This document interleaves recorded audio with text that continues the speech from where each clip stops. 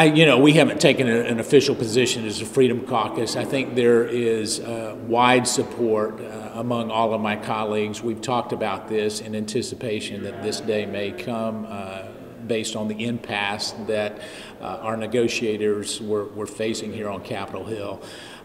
There's certainly a big push to make sure that we limit executive power, but currently the laws are in place that would not only allow but certainly encourage this type of activity on behalf of the president, and we support it.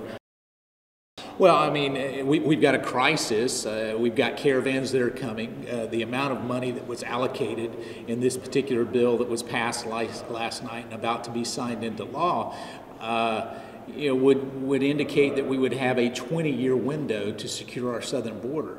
I don't know that anybody would wait 20 years to secure their home, and I don't think it would be appropriate for us to wait that long to secure our southern border. So the president finding additional resources to be more aggressive in that approach is certainly something that's applauded by most of my district anyways.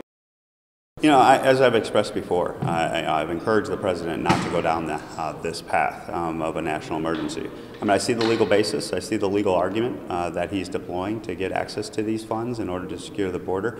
But fundamentally, this should be Congress's role. And what I am afraid of is this lets Congress off the hook from doing its job. We should have stayed in the room. We negotiated a good compromise, but if there's additional threats that need to be addressed, let's do that through the process of appropriate spending and have Congress do its job and work with the president, not opposed to the president on this issue. Would you be willing to support House Democrats if they try to challenge the president's declaration? Obviously I see the legal basis and arguments, so we'll have to look exactly as to what they're referring to and how they draft that type of action, and also see exactly what the president does in regards to where he uses the national emergency declaration to access funds. There's different types of action that can be taken, and I'm hopeful that even with this path that I've discouraged the president to do, that he limits the use of that authority into areas that clearly are legally available to him under those declarations.